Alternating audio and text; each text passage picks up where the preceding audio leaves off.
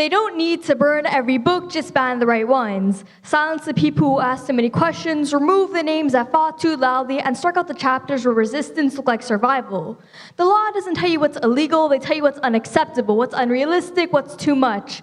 Too loud, too black, too brown, too queer, too broken, too true. Whole names disappeared from textbooks like smoke, whole movements compressed into footnotes, whole lives shoved behind warning labels as if identity is something that needs a disclaimer. But who gets to write these warnings? Who gets to say what's appropriate? Who holds the red pen while the rest of us are written in pencil, ready to be erased the moment we make them feel uncomfortable? There are children growing up never knowing what they could have been because someone decided that the truth is too dangerous for their young minds. They don't teach the parts where freedom faltered, where justice cracked, where America looked itself in the mirror and chose to look away. They just teach the victories, never the victims, just the anthem, but never the silence beneath it.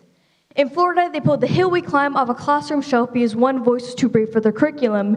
In Texas, they banned books on race and queerness as if erasure will make history forget how it happened. They say that words are the danger, but truth has always been the sharpest weapon in the room.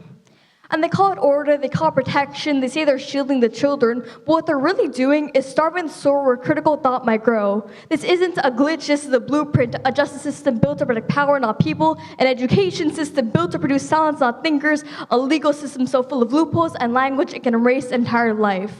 Don't say it's broken, don't say it's flawed. That don't mean it's failed, no. It's working perfectly. It's working exactly as designed to protect the few, to punish the rest, to keep the law above the question of the people below it. Donald Trump jokes about a third term, digging for these loopholes like buried treasure, but isn't this the very system he swore to protect?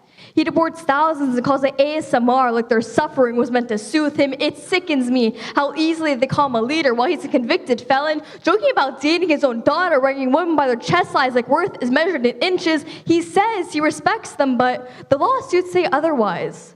The system bends for him because it was created by people like him, for people like him. And each time they move the line, he pushes it just a little further back until there's no line left at all. We ask for justice, but get legislation. We ask for safety, but surveillance. There's policies just like promises and hope we're too tired through the fine prints. They don't need to break you when they can just rewrite a world where you were never there. And maybe that's the saddest part. Not the banning, not the censorship, not even the injustice, but just how good they are at making it all feel normal. And in the midst of it all, a generation is told to walk forward with no knowledge of what lies behind them, no permission to question the path, and no freedom to choose another one. Maybe the path splits, maybe it disappears, maybe the maps they gave were never meant to guide and only to contain. Maybe all we carry now is the tension of a world holding its breath, the cracks before the collapse, and a future no one dares to name first.